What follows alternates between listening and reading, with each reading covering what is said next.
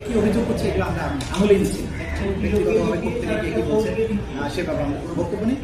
আর prosecution টিমের বাকি অংশ রিসাফল হবে কিনা সেটা আসলে সরকার সিদ্ধান্ত নেবেন, বা নতুন প্রসিকিউটর আসার পরে তারা যদি মনে করেন যে এখানে তাদের চেঞ্জ দরকার, তারা সেই অনুযায়ী অ্যাকর্ডিংলি ব্যবস্থা গ্রহণ করবেন। এই মুহূর্তে সেটা আমার জানা নেই। ব্যক্তিগতভাবে জানিয়েছে সেটাও বলেছে না, শুনে এইটা জাতীয় অভিযোগ আমরা তদন্ত করে দেখেছি। কিছু ব্যক্তিগত হিংসা চরিতার্থ করার জন্য কিন্তু এই ধরনের কথা বলে এটা খুবই দুর্ভাগ্যজনক। কারণ এইখানে ট্রাইব্যুনালের বিচার প্রক্রিয়াতে যা কিছু হয়েছে ট্রান্সপারেন্ট, এবং সেটা আদালতের মাধ্যমে কিন্তু প্রমাণিত হয়েছে। সুতরাং আজকে এই মুহূর্তে যদি কেউ অসৎ উদ্দেশ্যে কোনো মিথ্যা অভিযোগ করে, বাংলাদেশের গোটা জনগণ সাক্ষী, মিডিয়া সাক্ষী, আপনারা জানেন যে কী ধরনের ট্রান্সপারেন্ট প্রক্রিয়ার মধ্যে দিয়ে বিচার প্রক্রিয়া। কারণ দু একজনের ব্যক্তিগত ক্ষোভের থেকে সে বুঝে হোক না বুঝে হোক যদি বলে, সেগুলো আমরা কর্তব্যের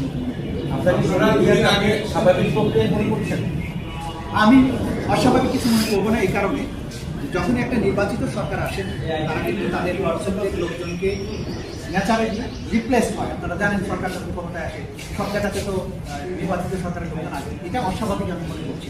এটা খুবই স্বাভাবিক একটা প্রক্রিয়া, এটাতে অবাক হবার কিছু।